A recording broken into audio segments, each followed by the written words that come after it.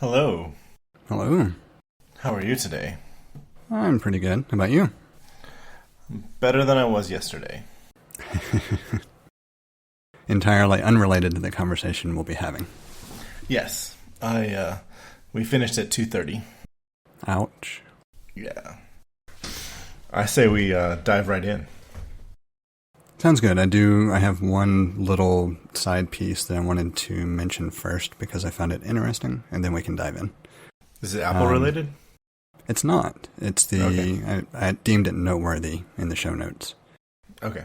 The Department of Homeland Security has a agency called the Cybersecurity and Infrastructure Security Agency within it. And the director of that agency has been utilizing, I think the site is like Rumor Tracker or something like that. But it's one of the agency sites, and they've been using it to debunk all of the election-related rumors. Oh, that's cool. Yeah, I thought it was pretty neat. Wanted to call it out. I'll put a link in the show notes. Nothing to really go into beyond that. Just awareness. Yeah, absolutely. I think, there are certain organizations in the federal government that I feel like are amazing, and there are others that are just shit. Yeah, it's tough to tell at the moment with all the turnover in the past few days as well, kind of where some of that stands. True. Well, as an escape from the political world in the United States, Apple said, hey, we'll give you one more thing this year. What were your initial impressions? I've been trying to kind of figure that out because there was so much to take in, and the comparisons, because they didn't name specific chips, you had to kind of go dig and figure out what they were comparing to and what that might mean for practical use. I'm not entirely sure I have a firm opinion yet. I'm certainly interested in where this goes and what kind of performance gains and just general pure snappiness of using a Mac comes down to, without regard for benchmarks or any other numbers, just how does it feel? And I think we're going to be impressed, but I don't know. I'm skeptical, I guess, is the best way to put it. I think that Apple certainly is delivering what they wanted to deliver. I'm just skeptical because I don't have a good frame of reference to compare to. Yeah, a lot of things, well, actually, I would say for most people, you may not see any change at all because most people don't max out their computers. But I think the idea of longer battery life is good. Is good, and Apple has in the recent past been relatively conservative with their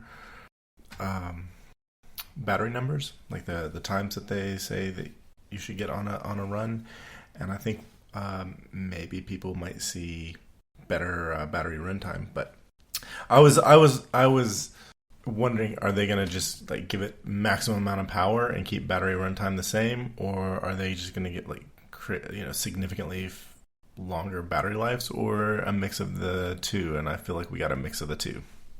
Yeah, it seems like it. I know that they, unsurprisingly, brought the same type of architectural design from the A-series chips with a mixture of high-performance CPU cores and high-efficiency CPU cores. And we had no reason to think they wouldn't do something like that and try to balance the performance versus power argument pretty well. But I think the biggest thing is just in practice, we don't really have a frame of reference for how OS X, full-blown OS X, not the slimmed-down version of iOS or iPad OS actually performs within those constraints. And so it's tough to draw a clean comparison. Yeah. I found it really interesting that some applications ran faster with Rosetta than they did natively. That was a claim that they made. I'd like to know what applications and what benchmarks they had for that, but I thought that was a really interesting comment or a noted comment. So NN has a pretty detailed overview of what the M1 might be like. They specifically mentioned that they're using an A14X as the comparison because that's what they had access to. And that would be the chip that's in the current iPad Pros, just for comparison. And that system on a chip is right up there with the current generation AMD and Intel offerings.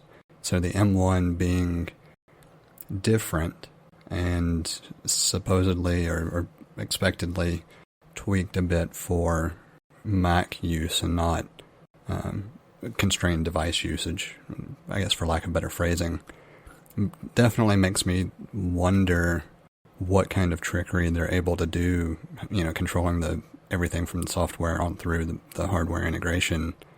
Like, I don't think we have a good way to grasp the direct comparison.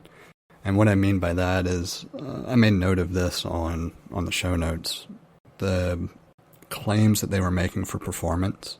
In the MacBook Air, the M1 was mentioned as being 3.5 times faster. And that was compared to the quad-core i7 that you had available in the MacBook Air that was running at 1.2 gigahertz. In the Mac Mini, they mentioned 3 times faster, and that was compared to the quad-core i3 at 3.6 gigahertz. So across the board, you're talking about, roughly a 3 times faster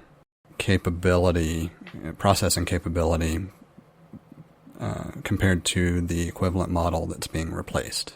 Where I was going with the Anantech cross, or that piece, is that they tried to explain it based on the instruction sets and how many different things can be computed at once and bandwidth and throughput. And that is not my forte. I don't know how to decipher all of that. But one of the takeaways that I got from reading what they had or kind of perusing it is that the instruction set and the ability for the M1 to handle data and data throughput is greatly enhanced over the competition, especially with the x86 architecture, but even other ARM-related or ARM-derived processors.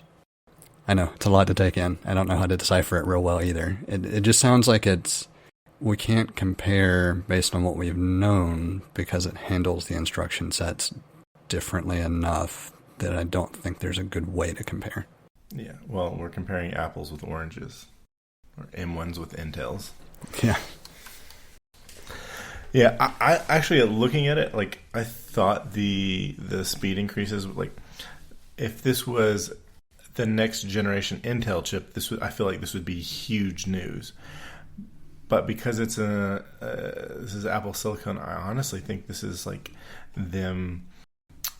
I don't want to say restrain, but they didn't. They didn't I don't feel like they let the floodgates open. No, the entire event, I felt like they were holding something back. Yeah, they're dipping their toe in the water.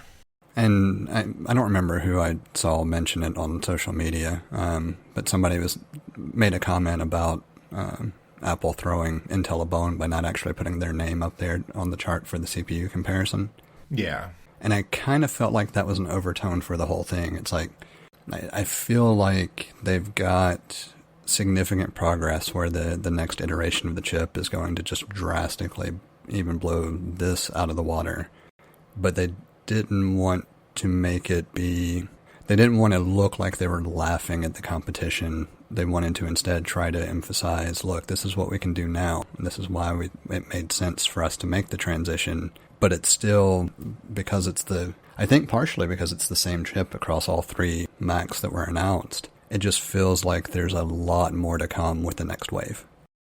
Well, I mean, Intel is presumably going to be their partner for the next couple of years because they're still selling Intel Macs.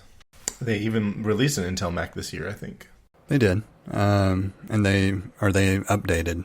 Let's see, the 16-inch was updated this year. I think the 13 was as well. I've lost track at this point, to be honest. Yeah, now that I don't have to know every day, I have a vague recollection. But I do think that they don't have a good answer for like the Mac Pro yet. And until they do, they don't want to alienate Intel. Right. It's like, is the Mac Pro, I mean, based on what they released at the end of last year, less than 12 months ago, and where they said they wanted to go with that the direction they want to go with that form factor, and that part of the market would suggest that they have a way to have discrete GPUs. Do they make their own discrete GPUs? I don't know. Do they? I mean, I don't see why they wouldn't continue to use AMD. I know a lot of people would wish they'd use NVIDIA, but that's, I don't know which is worse, their relationship with NVIDIA or HP. Yeah. I don't know. I've never really been a huge fan of NVIDIA or AMD as far as the graphics chipsets go. I mean, they both serve their purposes well enough.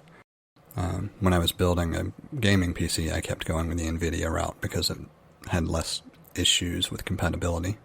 Well, I think when you get on stage and say that your graphics card renders the blue screen of death in Windows faster than any other graphics card, I think, I can understand why you have fanboys. Yeah, certainly. I found it I found it interesting that we didn't get really any new features. The new feature is the chip. I feel like new features are to come, but really there were no new features other than USB 4. I think they kind of hinted at some of that, not necessarily new features, but some enhanced functionality that come as a result of the Apple Silicon. I know security being one of those things they touted a couple of times, but that could also be making it more difficult to do some of the things that we've typically been able to do with the Mac on the past as well. So that one I think kind of remains to be seen how it plays out. Yeah, let me clarify just a bit. Like when I said new features, I meant some new hardware features like a touchscreen or cellular data. Like I think those things are coming. I think the Apple Silicon chip will make that possible. Big Sur certainly indicates that there will be touchscreen Macs. Maybe the first one is an iMac.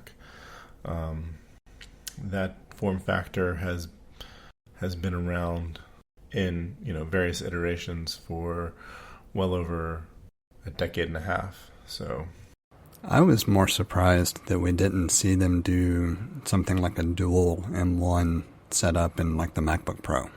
At this point, the MacBook Air and the MacBook Pro are fundamentally the same computer as far as their internals go. I mean, there's a slight difference. I think there's one variant of the chip in the MacBook Air that has one less GPU core. But the MacBook Pro, the difference being it still has a fan, so active cooling means that it should be able to sustain performance longer, or peak performance longer. So I'm not going to say that there's no difference, but fundamentally you have the same architecture, the same chip. So why, what's the big distinguishing factor other than the touch bar? The fan. If you have a fan, you have a touch bar.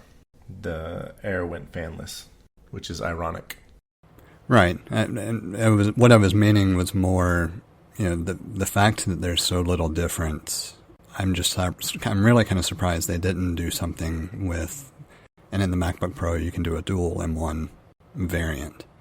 Like it just feels like that probably is coming, or are they just going to go with increased number of cores and not worry about dual processor type of setup? Yeah, I think you might see that in a 16, but I feel at this point the differences between the MacBook Air and the 13-inch MacBook Pro are marketing. I will admit, I'm curious about the new Mini. And that's only because I, of course, replaced mine earlier this year. And so I was looking pretty close at it being a good way to compare if I just turn around and sell the one that I got and buy the M1 variant. Even though I don't use that machine for much of anything, that would at least give me a good way to compare. This is the machine it's replacing. This is the new one. How's it feel? But I don't know if I'm going to. It seems like an unnecessary expense. Yeah. Looking at the 7-core GPU on the MacBook Air, I don't want to say these are Mac portables, or rather iPads in a Mac portable form factor, but that 7-core GPU makes me think they're using some of the same processes, because I know there's an iPad that has a 7-core GPU, or the current iPad Pros I think have a 7-core GPU, and so I find that somewhat suspicious. I wouldn't necessarily say suspicious. I would think more the idea that they're just trying to streamline manufacturing costs by making it as reusable a design as possible. Yeah, sorry, I didn't mean suspicious in the way that like, ooh, are they pulling one over? I didn't mean it like that, but just like, oh, it's notable. Well, doesn't the I don't remember were we at the A15 or A14 on the 12 Pro? I believe A14. That sounds right. I wonder how similar the two are. That might be something I kind of dig into a little bit if I get some time. Gotcha. I was trying to quickly find which chip had the 7-core GPU, but I know one of them does, and the reason it has a 7-core GPU is because of the manufacturing process. If they have they actually manufacture it with 8 GPU cores, and if one of them isn't usable, then it's used as this chip and goes in this device, and if it is usable, it's labeled as another chip and goes into another device. I do remember hearing something along those lines, but I don't know the details. Yeah. So I don't know if we've covered what your initial thoughts were. I know you asked specifically, but I didn't turn around and ask the same question. Oh, well, you were still giving your initial thoughts. I mean, I've been sprinkling them in as you've said, and they're more. I felt very excited about this event. I felt like this was the most exciting event that for Apple, and I thought they gave us what I was expecting in a good way.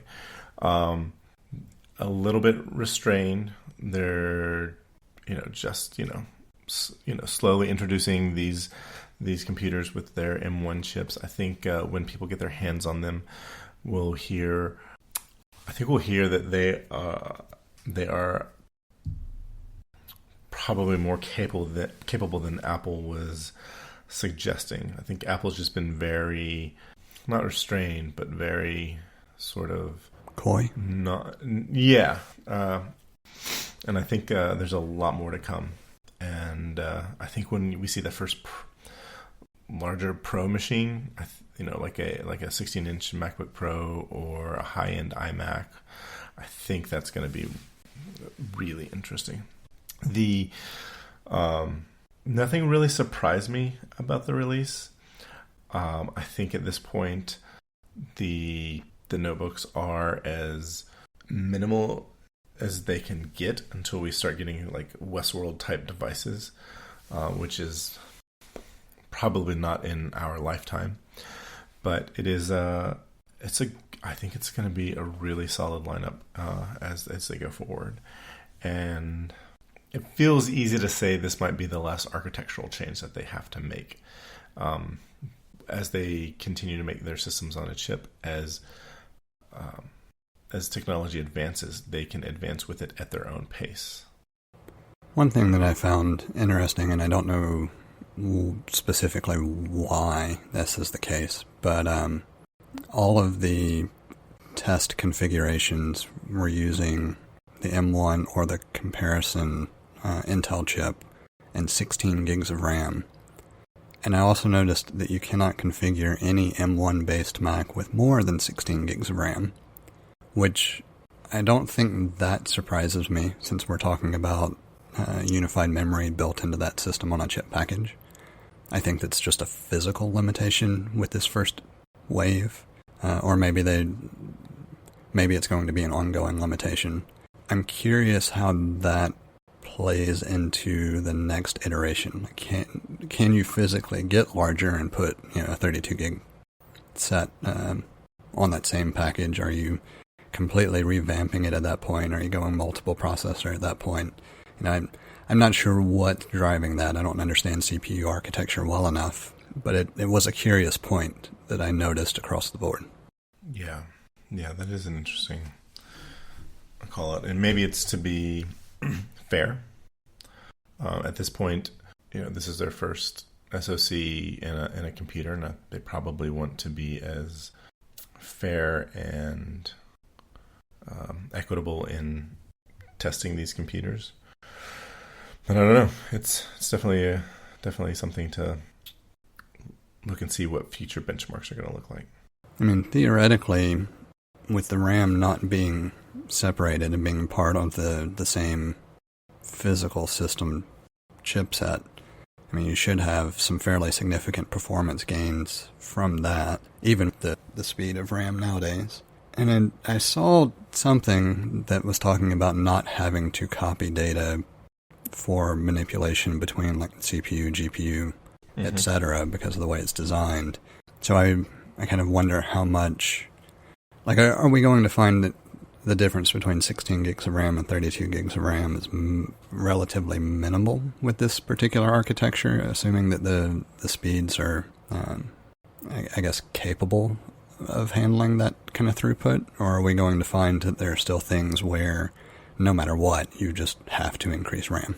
And of course, I don't have an answer for that at this point. Time will tell. Yeah, it's a good question. And I don't have anything really good to compare it to, but anecdotally I thought about some of the Apple Arcade games. Since all Apple Arcade games have to be compatible for the Mac OS, I've noticed how one game that I started playing, runs fine on my iPhone 12 Pro, a fanless device, but when I play it on my MacBook Pro, the fans kick up after a while, and there could be many reasons that explain that. But what if one of the reasons that explain it is because the system on a chip is so much more efficient with memory, because memory gets hot, and so having it all on that chip and having a streamlined way of passing data around might make it just that much more efficient that you don't notice any speed gains with 32 for this type of machine.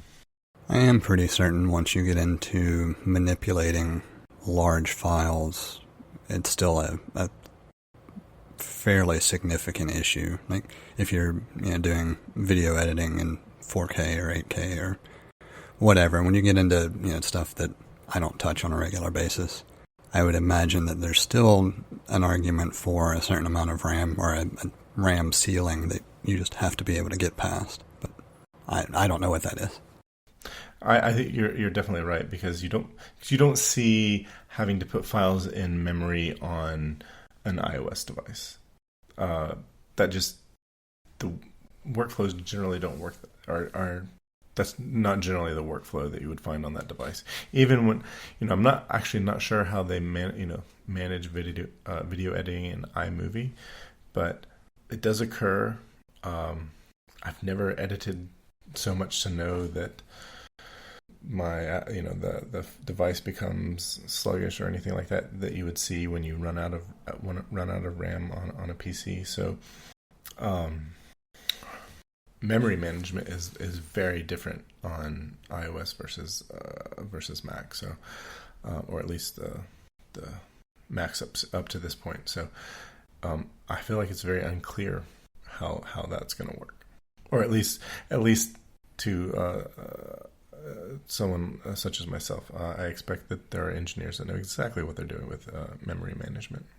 Yeah, I also wonder if it's more of a moot point as storage speeds and the ability to read and write to those devices has increased so much over the past handful of years. Like you could theoretically use the internal SSD as a memory cache with very low impact to performance, I would think, at this point. I mean, I think relative to a spinning drive, it's much better. But I think when comparing to hardwired RAM, it's still significant. But with the way that macOS manages memory, I haven't seen, like, even before SSDs were completely widespread, I haven't seen where memory swap has been an issue anymore. I feel like the memory compression that macOS uses now has solved a lot of those problems. I also wonder to an extent if the next iteration of, or maybe iteration is not the right word, the next evolution of this type of kind of architecture doesn't bridge the gap between the ability to access and read-write data to flash storage and memory, and have memory be more of a... I mean, it's kind of a temporary pool that you're operating on anyway, but have it be so much closer from a performance perspective that you don't care whether it's 16 gigs of memory or 128. That if you can bridge the gap more on between memory and the ability to read-write to that internal storage, it's kind of irrelevant. Yeah. That sort of made me think, like... that like certain numbers or certain specs are gonna slowly become irrelevant. If you noticed in the announcement yesterday, there were no specs on what there was no gigahertz speed listed for the M1. They were just always this time's faster than the previous one at this rate. And so, like with the iPhone and the iPad, they haven't ever listed how much memory those devices have, and it may come to a point where memory and processing speed aren't as relevant as marketing points anymore, and it just becomes a comparison with the previous generation as far as like how fast and how capable it is, and it becomes more abstract. I think we're pretty much there when you're talking about the mobile devices. I mean, I can't recall the last time I had a serious conversation about the mobile device's CPU or RAM performance. The only reason I even know some of the kind of benchmarks or thoughts there is just because they happen to float up on social media. But for a good 3 or 4 years, I've never felt like my phone felt slow. Right. It's Apple has sort of curated the whole platform so that nothing really runs in memory. If it's not in use, it gets killed, and because it had to with the first iPhone and the first version of iPhone OS, and that's simply not how computers have been treated. And the operating system for a computer is moving in that direction, or at least maybe gleaning the good qualities of that type of platform into it. So there's a lot of things I don't want to see iOS or limitations or restrictions in iOS come to the Mac OS, but I certainly want to see the benefits of iOS come to Mac OS. And this is a good way to move in that direction. Something that we haven't really touched on, one of the things that Apple has emphasized with all of their recent systems on a chip, but the M1 as well, is that it also brings the neural engine cores to the Mac. And I still don't know enough about what that does, other than the kind of machine learning capabilities that I kind of, at a real high level, understand. But I wonder if the combination of that with the traditional CPU cores, GPU cores, just the ability to leverage so many different portions of the chip to perform tasks, it really makes you stop and wonder if it's even going to feel comparable to anything that we've seen other than just the phone. If the entire Mac experience just feels smooth, like the phone does, then none of the specs matter at that point. Yeah, I think how much of the chip that it was it was brought to my attention, like how much of the chip is devoted to the neural engine is pretty significant, and I'm not sure how tangible that will be, but I think it will lead to better performance. Yeah, there's just so much. I mean, the event focused so heavily on just the CPU, and that's a large enough knowledge gap from my perspective on how to really talk about it that I don't even know that I have anything else that I can point to as an interesting thought at this point on what it means for performance and capabilities in the near term. I think a lot of it's just going to be wait and see how the OS leverages it in the long term. Yeah. The benefit of it is that they've been doing this for 10 years on the iPhone, and I guess the first iPad was released with an A4 chip, I think. I can't remember. So like they've got 10 years on 10 years of experience with mobile devices.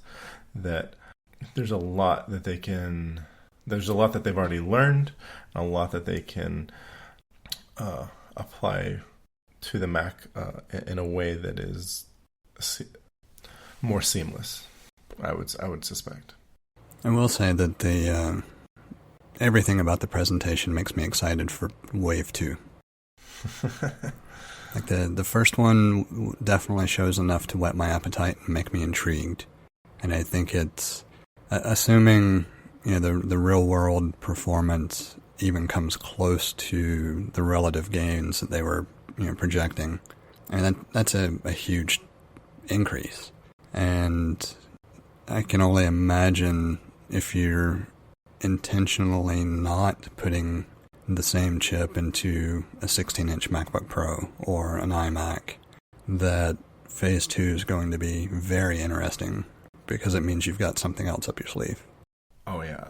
And that's why, that was one of the reasons why I feel like Apple's being coy, is because this was a gentle introduction to their system on a chip for a Mac OS device.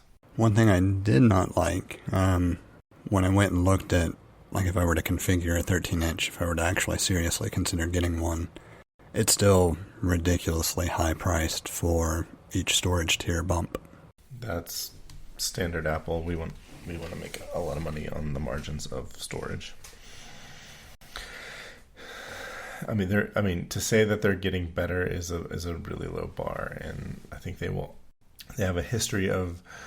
It used to be memory that used to be so memory bumps used to be so expensive, and now it's solid state storage, which is kind of the memory bump from 8 to 16 is still expensive on all of these as well.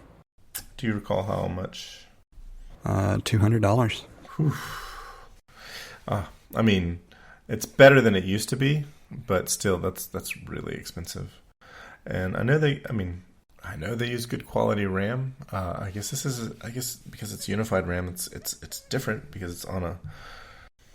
At this point, I don't know how to compare, or I don't know how I think I should compare memory on an SoC versus memory in DIMMs.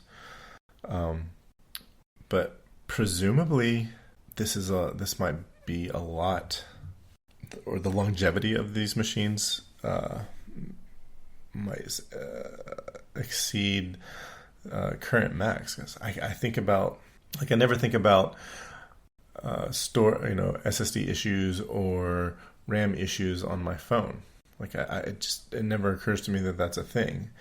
And maybe it's because I replace my phone more often than I would replace a Mac, but I'm kind of curious to see how that's going to play out, like the longevity of these machines and the issues that you might have that seem not to apply to the iOS devices.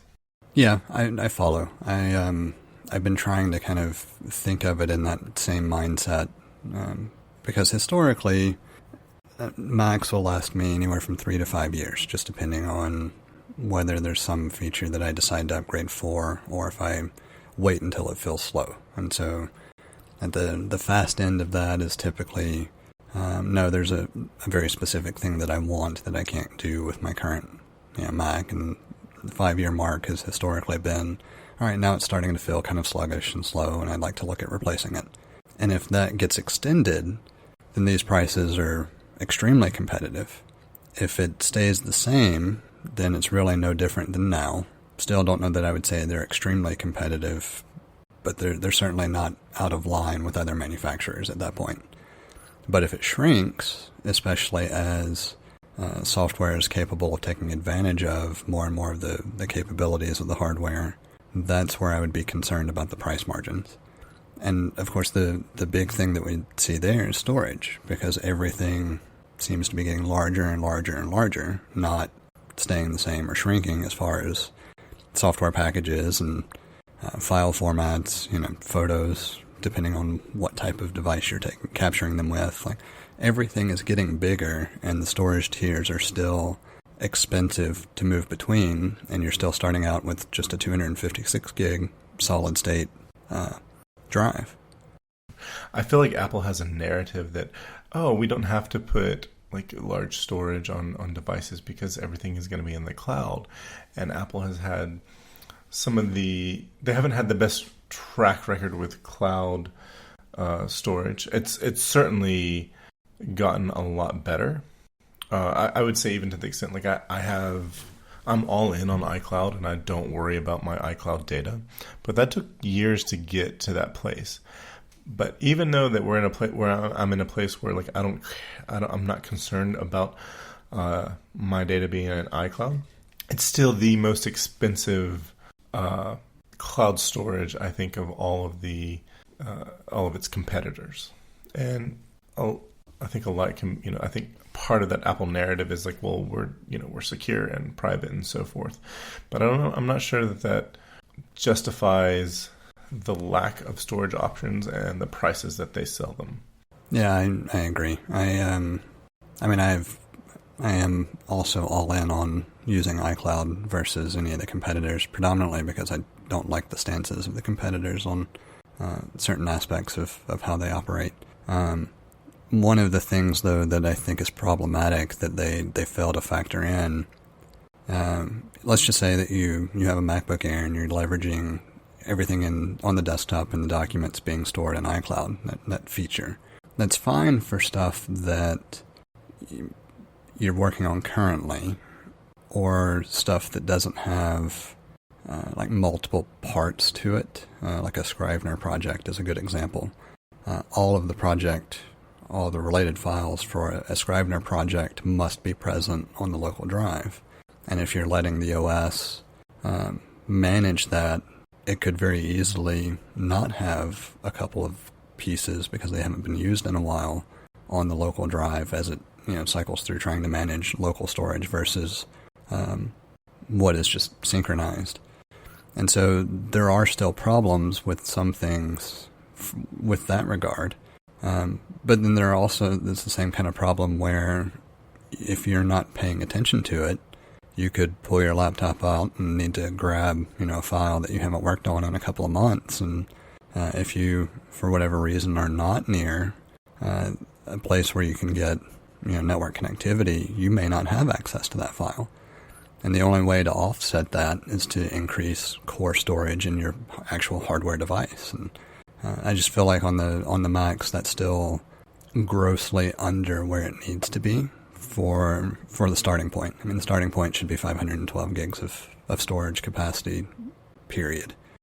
I totally agree. I even think about, like, if you go back in time a decade, you could think about, let me go a decade and a half, the storage capacity that, with relative comparisons, like Apple was all in on giving more and more storage on their iPods, because the whole point of the iPod was like being able to take all of your music in your pocket. And there weren't significant bumps in price to go to the next storage tier in an iPod. And it was rotational, and I suppose you could probably make the comparison that it was actually more expensive because of how much those rotational drives cost. But it felt like the narrative that they were playing there was the exact opposite, because they were telling you, yes, carry as many songs in your pocket as possible. And so it definitely feels stingy to charge as much as they do for storage. And I think notably the 16 gigabyte iPhone model existed for fucking ever, and that was hard for people. People would make decisions about, like, well, I'm going to delete all these photos. I'm going to delete. People would call photos because there's only so much that fits on a free 5 gigabyte iCloud account, and there's only so many photos that fit on the 14-ish usable gigabytes on a 16 gigabyte device. So I don't really see their stance on storage changing anytime soon. I think by the time they would change their stance on that, it's going to be irrelevant. Yeah, I feel the same way. I think the other thing that occurs to me about the way iCloud storage, like on the Mac, works, it feels like you lose your backup. Like you accidentally delete a file of some sort that's in iCloud storage. Where's that backup? Does it go to deleted items that are 30 days old, like it does, like with Notes, or Notes is the one that I can think of that, there's a delete, and Notes and Photos. Once you delete something, it sits in a deleted bin for 30 days and then gets cleared out. I don't know if it does that for files in iCloud Drive, but it feels like one of the most important features, or most important parts of managing data, is the backup. It feels like that's lost, and maybe it's my I haven't looked into it enough, because I have a completely different solution for that, and it's not a problem for me. But I feel like I came up with that solution because it would have been a problem for me. Yeah, there's not a recently deleted list of items with iCloud Drive. If you delete something, it's gone. Does it go to your trash can on your Mac? That part I don't know. I haven't tried. That's the only thing I can think of that is... Because if you just oh shit, I meant to delete that other one, it's like, it's gone. I know you get a different prompt, but... Or at least I think you get a different prompt, but I feel like that's just something that's missing. And so real time, I created a folder in iCloud Drive called Test, and then I deleted it, and it showed up in trash.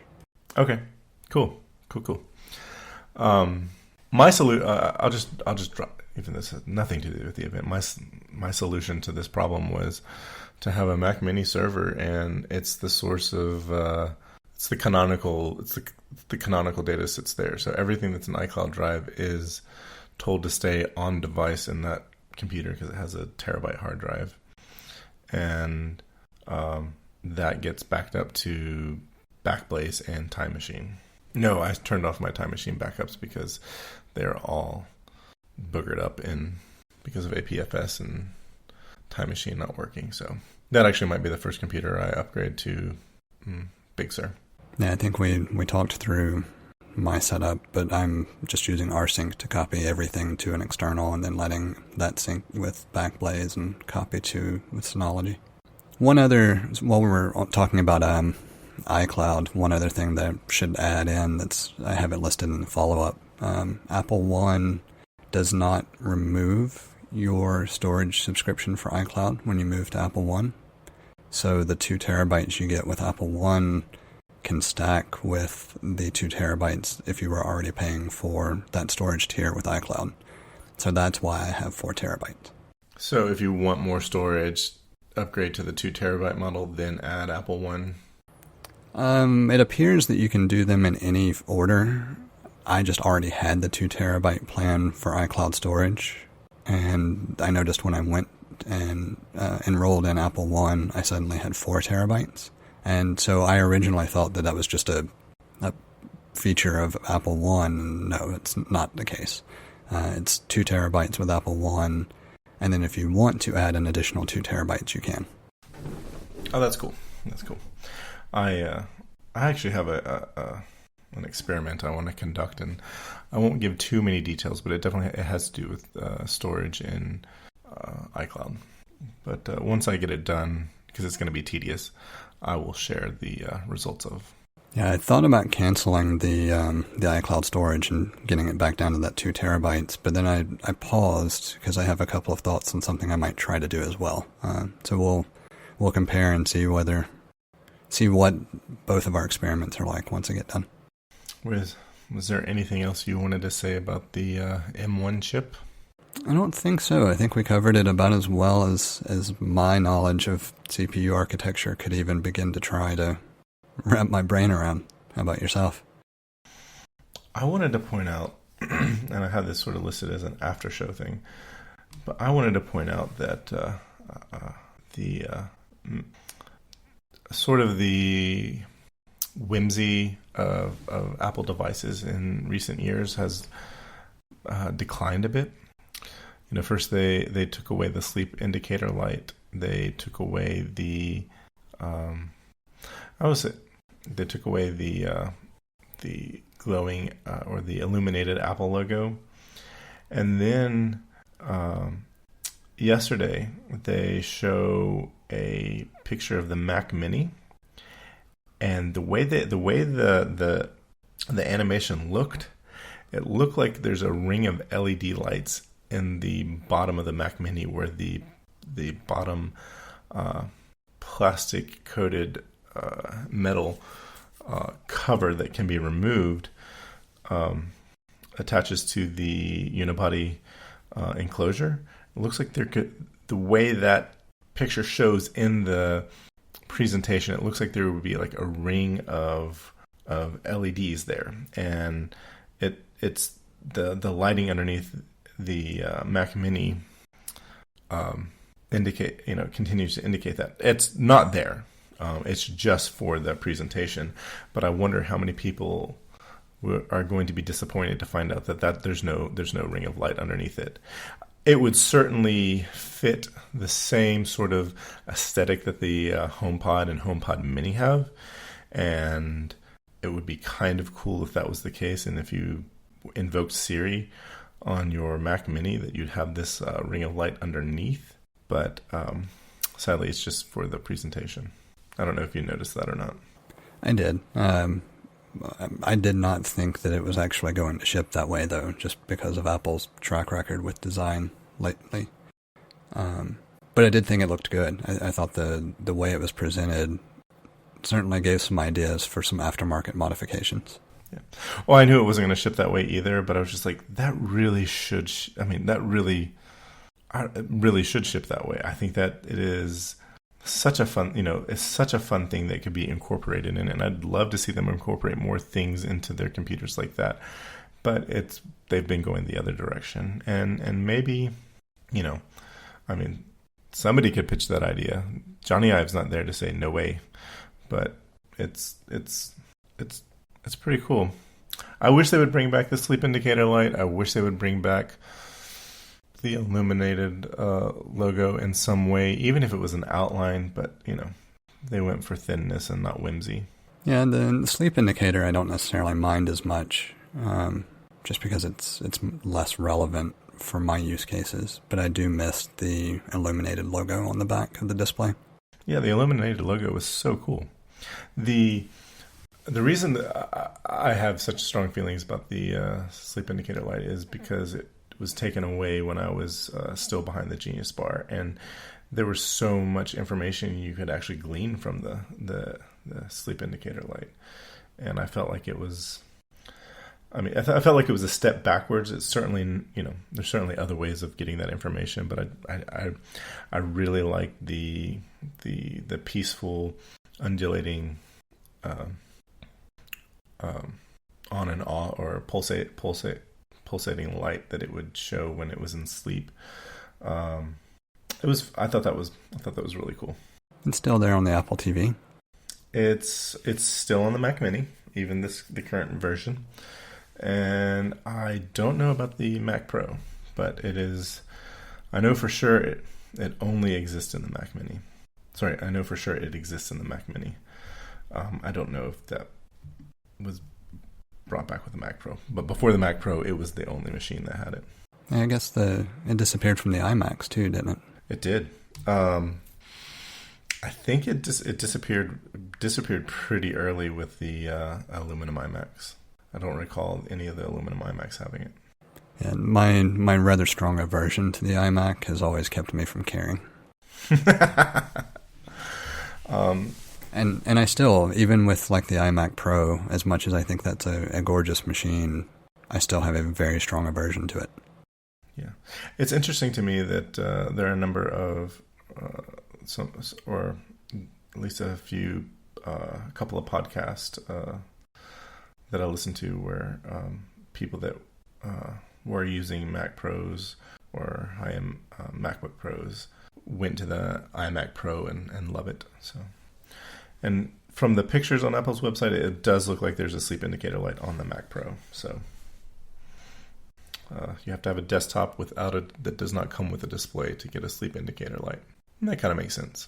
Yeah, I can understand at least the rationale behind it. I have to point out Craig Federighi. Let's start over.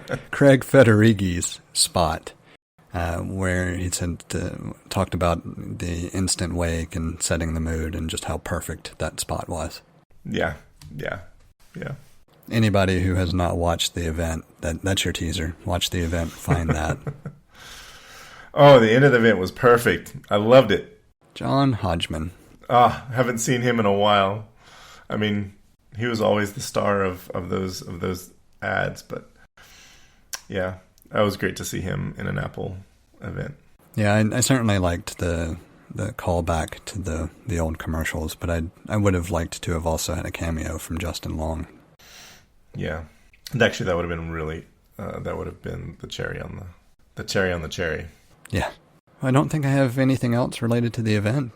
Did you have anything else that we haven't covered specific to the event or ancillary in some way related? I was just going to say they changed the color of the Mac Mini again. The only space gray Mac Mini is the last generation Intel Mac Mini that is still for sale. So you can only get Mac Mini in space gray with an Intel processor. The M1 Mac Mini has gone back to a silver enclosure. I did not notice that. These are the John details. Everybody was wearing new clothes for this event, and you can only get the M1 Mac Mini in silver. You can now get the MacBook Air in gold. I don't think that's been the case before. I think the only other gold machine they had was the Mac Mini or the MacBook Adorable. Yeah, that's the only one I remember shipping in any gold color. Did it also have a rose gold variant? I think so. Oh my goodness. I've never been a fan of Apple's rose gold colored aluminum. Neither have I. Emily does like it. Hey, I'm sure enough people like it, and I honestly think there should be more colors. I kind of understand why there aren't, but anytime anyone ever says Apple shouldn't do colors like that, I was like, do you not remember the iMac? A Pacific Blue MacBook Pro sounds pretty good. Oh, interesting. Ooh, that's interesting. I'm still not as in love with Pacific Blue as I thought, but it's okay. For all intents and purposes, it's a black phone, because that's what I look at, the black part. Yeah, so you got to start taking my cue and turning it upside down when you set it on the table, just so you see the blue. I'm always been adverse to doing that. I feel like I'm going to scratch the display. But I really think that this display is far less scratchable than any other display. I think that claim actually holds up. At least my so far limited anecdotal experience is a testimony to that. I have not been overly careful with mine as far as setting it in the cup holder in the Jeep if I'm swapping which phone is on the charger. and I haven't noticed any impacts or anything. So, then again, I didn't on the previous phone either. I'm doing the same, putting it in a cup holder because that's really the only good place I have right now, and I'm not concerned. I'm not gonna stick it in the same pocket as my keys. I'm not an animal like that, but it feels pretty. It feels like those claims are gonna hold up pretty well. I think Apple's moved to a place of making some claims about their products and being reserved in those claims, and letting others expand upon them or be more exuberant about them than they need to be. I think that's actually a good move for them. Yeah, and it brings back the whole idea of surprise and delight. That is exactly what I was thinking. All right. Well, I don't have anything else specific to the show. Did you want to actually go any further into? I know we already talked about the Mini. Did you have anything else around that? Oh, they didn't talk about they didn't talk about USB 4. They didn't really. I mean, that was just like an aside. I think it was just like, hey, it's got USB 4. It was just on the slides. Yeah. Did they even say it? I think so. I think when they said that with the Mac Mini, because it's got two USB-A, I'm assuming it's got two USB-A ports, and I'm assuming those are 3. I think they're 3. USB 3 speeds from those. But they said USB. I don't even know if they said USB 4. I think they did in that point. And they also said Thunderbolt, but it doesn't even say Thunderbolt 3. They're just calling it Thunderbolt. So there's just a lot that's just they didn't point out. I do know it did call out USB 4 on the slides. I just don't remember if they said USB 4. Just a little real-time follow-up. Those Thunderbolt ports are Thunderbolt 3, which is also... Yeah, it would make sense that they wouldn't go backwards. Yeah. But I do remember there being some speculation about how well that would work going into a non-Intel chip. Yeah, I don't think that it appears that they didn't have any problem at all. And those USB-A ports are USB 3.1. I noticed they did take away the 10 gigabit Ethernet backplane option. Did they? And the previous Intel model, you could elect to purchase that 10 gigabit network connector. Now you can't. Granted, I don't think anybody leveraged it anyway, but... Oh, I imagine that for co-location, that's all you'd want. Well, that assumes you have a backplane capable of handling it, and if you segment it out enough on gigabit connections, it's kind of irrelevant unless you're stacking a bunch of minis. Yeah, in my head, like I feel like the biggest purchaser of the 10 gig Ethernet Mac Minis were like Mac Mini Colo.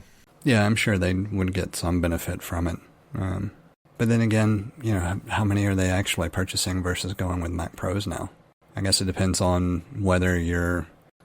I haven't looked at their business model in a while. I know originally the whole point was just that you could rent a Mac Mini to yourself as a server, basically. Mm-hmm. And if they have not expanded upon that and they're still just doing the same principle, then, well, they wouldn't be doing anything with the Mac Pro. But if they've expanded to include shared hosting models, then to me, you would deploy Mac Pros for that. I don't know if you also noticed that they dropped the number of USB-C, USB 4, Thunderbolt 3 ports on the back of the Mac Mini. They went from 4 to 2. I didn't pay that close of attention. Did they had 4 on the previous model? They do. I know that the MacBook Pro, they dropped it to 2 USB-C ports. I think there is a 4-port version. That might just be with the Intel machine. Yeah, it's just with the Intel as far as I can tell. Yeah, the way their website's laid out, it's a little bit harder to, at a glance, determine what's what there. But yeah, I knew there was a 2-port variant on the Intel machines before and a 4-port variant, and I don't see where you can get a 4-port variant with an M1 chip. So But we live in the Apple world is like almost everything's wireless. So Yeah, it's pretty rare for me to plug in much anymore. Normally a power cable and my audio interface, and that's most of the time all I'm plugging in. Yeah, I've gotten to where like I can live that life as well. So, and I think most people were living that life for a long time. It's just that if you have some very specific needs where you can't live that life, it feels like a punishment to upgrade. That's all I got. All right. Well, I know we talked about before we recorded this being a shorter, more focused episode, so we'll see whether that format continues or we go back to longer, more winding conversations. It's our podcast. We can do whatever we want. And every week can be drastically different. That's fine. Because it's our podcast and we can do whatever we want. All right. Well, I think that calls it a wrap. All right. Have a good one. You as well. Thank you. As always, you can reach us on Twitter at untitled_hosts with an S. We also have an Instagram account with the same name at untitled_hosts. You can send us an email at untitled.hosts@gmail.com. And you can visit the feed directly at theuntitledpodcast.com. Have a good night.